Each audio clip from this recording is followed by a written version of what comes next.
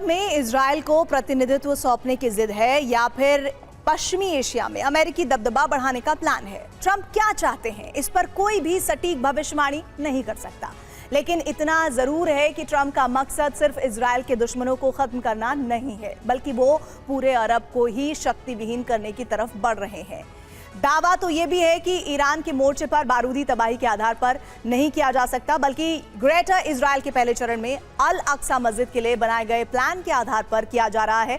आखिर ये प्लान है क्या, इस रिपोर्ट के जरिए समझिए। प्लान ये है कि अल अक्सा मस्जिद पर जॉर्डन समर्थित इस्लामिक वक्फ का अधिकार खत्म किया जाएगा। इसकी इस्लामिक पहचान बदलकर बहुधार्मिक पर्यटन स्थल बना दिया जाएगा, जहां यहूदियों को भी प्रार्थना का समान अधिकार मिलेगा और इमामों की नियुक्ति, खुतबों और प्रबंधन सीधे इजराइल के हाथ में होगा। यरूशलेम की अल अक्सा मस्जिद को लेकर मुस्लिम देशों से इजराइल की लड़ाई पुरानी है। इस मॉडल के जरिए हम आपको अल अक्सा विवाद समझाते हैं। यह है यरूशलेम में अल अक्सा मस्जिद, जिसे इस्लाम में मक्का और मदीना के बाद तीसरा सबसे पवित्र स्थल बताया गया है। अल अक्सा मस्जिद और डोम ऑफ द रॉक एक ही परिसर में बने हुए हैं। डोम ऑफ द रॉक के बारे में मान्यता है कि सन 621 में इसी जगह से इस्लाम के आखिरी पैगंबर मोहम्मद ने जन्नत का सफर किया था। इसी 2 एकड़ के परिसर में यहूदियों का टेंपल माउंट है, लेकिन अब सिर्फ इसकी एक दीवार बची है, जिसे वेस्ट वॉल या वेलिंग वॉल कहा जाता है, और ये यहूदियों के लिए सबसे पवित्र जगह है। यहीं पर अल अक्सा मस्जिद परिसर के अलावा ईसाइयों के इलाके में the church of the holy sepulchre है, और ईसाई धर्म ग्रंथ न्यू टेस्टामेंट के मुताबिक इसी शहर में ईसा मसीह ने अपना उपदेश दिया था। यहीं उन्हें सूली पर चढ़ाया गया था और फिर यहीं वो अवतरित भी हुए थे। इसी परिसर को लेकर यहूदियों और अरब के इस्लामिक देशों के बीच विवाद चलता रहा। इसलिए अल अक्सा मस्जिद से जुड़ा एक प्रस्ताव बहरीन, मिस्र, मोरक्को और यूएई को भेजा जा चुका है, जिसमें जॉर्डन से अधिकार छीनकर अरब देशों को बारी बारी से देखरेख का अधिकार शामिल है, क्योंकि सऊदी अरब अच्छी तरह जानता है कि जॉर्डन से अल अक्सा की जिम्मेदारी छीनी गई तो अरब जगत में ही विद्रोह की आग फैल जाएगी। इसलिए क्योंकि यूएई ने 2023 में ही एक बहुधार्मिक केंद्र अब्राहमिक फैमिली हाउस खोला है, और फिलिस्तीनियों को डर है कि अमेरिकी प्लान इसी से अस्तित्व वाले मॉडल पर आधारित है, जो सिर्फ अल अक्सा मस्जिद पर संपूर्ण कब्जे के लिए इस्तेमाल किया जा रहा है। और इस वक्त जो स्क्रीन पर आप देख रहे हैं, ये यहूदियों के तीसरे टेंपल का 3D मॉडल है। ये इसका मुख्य द्वार है। मुख्य द्वार से लेकर सभी दरवाजों पर सोना मढ़ा होगा, और इसके बाएं और आज का सेकेंड जो टेंपल है, यानी टेंपल माउंट, और उसकी वेस्ट वॉल आपको दिख रही है।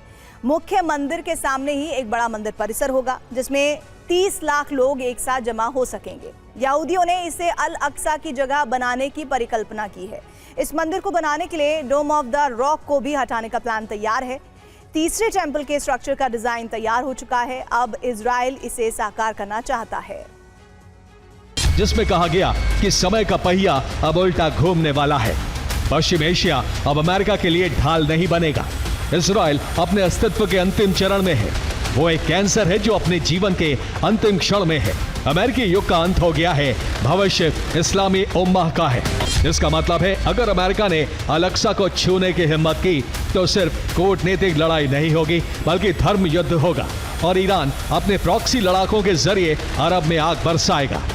रूस यूक्रेन में तबाही की नई कहानी लिख चुका है। इस कहानी में सबसे अहम किरदार यूक्रेन की राजधानी कीव का है, और पुतिन ने 48 घंटे में कीव फतेह का मास्टर प्लान भी तैयार कर लिया है। पूरी दुनिया को ये सूचना दे दी गई है कि कीव पर सुनियोजित हमले होने वाले हैं। जिस तरह इजराइल, गाजा और लेबनान के इलाके खाली करने का अल्टीमेटम जारी कर दिया गया है, वही मॉडल रूस ने कीव में लागू कर दिया है, क्योंकि प्लान में सबसे पहला टारगेट है यूक्रेन के डिसीजन मेकिंग सेंटर्स, जहां पुतिन बारूदी विस्फोट करके अपना प्रतिशोध पूरा करेंगे। पूरा प्लान क्या है, इस रिपोर्ट में देखिए। ऐसे में यूक्रेन का पहला टारगेट मारिंस्की पैलेस हो सकता है, जो यूक्रेनी राष्ट्रपति वोलोदिमीर ज़ेलेंस्की का आधिकारिक आवास है। वहीं रूस का दूसरा टारगेट यूक्रेन का राष्ट्रपति कार्यालय हो सकता है, जो बांकोवा स्ट्रीट पर मौजूद है। जंग से जुड़े ज्यादातर फैसले यहीं से लिए जाते हैं। रूस का तीसरा टारगेट वेरखोवना रादा हो सकता है, जो यूक्रेन का संसद भवन है। ये कीव के केंद्र में स्थित है और राजनीतिक रूप से बेहद महत्वपूर्ण है। यहाँ रूस पहले भी हमले कर चुका है। रूस का चौथा टारगेट हाउस ऑफ गवर्नमेंट हो सकता है, ये वेरखोवना रादा के पास मौजूद है। यहाँ मंत्रिमंडल की बैठकें होती हैं। आशंका है कि रूस यहाँ बैलिस्टिक मिसाइलों से हमले कर सकता है। यूक्रेन का डिफेंस सिस्टम कमजोर होगा, जिसकी वजह से यूक्रेन को रणनीतिक और आर्थिक नुकसान होगा। हमलों से रूस युद्ध में रणनीतिक बढ़त हासिल करके यूक्रेनी सेना के मनोबल को तोड़ने का काम करेगा। लावरोव ने मार्को रूबियो को फोन करके बता दिया है कि रूस कीव पर सुनियोजित हमले शुरू करने वाला है। रूस ने अमेरिका से कहा है कि कीव में अपने दूतावास को खाली कर दे, क्योंकि अब रूस के हमले रुकने वाले नहीं हैं। रूस ने क्रामातोर्स्क पर हवाई हमले किए, जिसमें 12 लोगों की मौत हो गई, 10 से ज्यादा लोग बुरी तरह घायल हो गए। ओडेसा पर रूसी मिसाइल और ड्रोन अटैक किया। इस हमले में 1 की मौत, 4 लोग घायल हो गए। खार्किव पर भी बम वर्षा में 19 लोगों को गंभीर चोटें आईं। नीप्रो में 3, पाव्लोग्राद में घायलों की संख्या बढ़कर 10 हो गई। वहीं सूमी में इंफ्रास्ट्रक्चर को भारी नुकसान भी हुआ और पोल्टावा में औद्योगिक संयंत्र को टारगेट किया गया। यूक्रेन ने डोनेस्क में रूसी ठिकानों पर ड्रोन से हमले किए। नोवरोसिस्क में रूसी तेल डिपो को नुकसान पहुंचाया, जिसमें पाइपलाइन का हिस्सा क्षतिग्रस्त हो गया। देर रात यूक्रेन ने ब्रांस्क में रूसी तेल डिपो पर बड़ा हमला किया। ईरान के साथ शांति वार्ता से पहले अमेरिकी राष्ट्रपति डोनाल्ड ट्रंप ने एक ऐसा मास्टर स्ट्रोक खेला है जिससे पूरे पश्चिम एशिया में हलचल बढ़ गई है। ट्रंप ने साफ कह दिया है कि ईरान के साथ कोई भी युद्ध विराम समझौता तभी मुमकिन है जब पश्चिम एशिया के सभी मुस्लिम देश इजराइल के साथ अपने रिश्तों को सामान्य करेंगे, यानी अब्राहम अकॉर्ड पर जबरदस्त दस्तखत करने की पहल को आगे बढ़ाया जाएगा। डोनाल्ड ट्रंप ने social media platform truth social पर एक लंबी पोस्ट के जरिए इस रणनीति को दुनिया के सामने रखा। शनिवार को कई मुस्लिम और अरब देशों के नेताओं के साथ हुई एक हाई लेवल कॉन्फ्रेंस कॉल के ठीक बाद आई इस पोस्ट में उन्होंने साफ कर दिया कि ईरान के साथ चल रही शांति वार्ता या क्षेत्रीय सुरक्षा समझौते का हिस्सा बनने के लिए इन देशों को अनिवार्य रूप से अब्राहम अकॉर्ड पर एक साथ हस्ताक्षर करने होंगे। डोनाल्ड ट्रंप का रुख बेहद सख्त है। उनका कहना है कि जो देश इस पर दस्तखत नहीं करेंगे। डोनाल्ड ट्रंप ने तो यहां तक कह दिया है कि ईरान के साथ अंतिम समझौता हो जाता है तो भविष्य में ईरान को भी अब्राहम अकॉर्ड में शामिल किया जाएगा। डोनाल्ड ट्रंप की इस रणनीति के तहत यूएई और बहरीन पहले से ही अब्राहम अकॉर्ड के सदस्य के रूप में साथ खड़े हैं।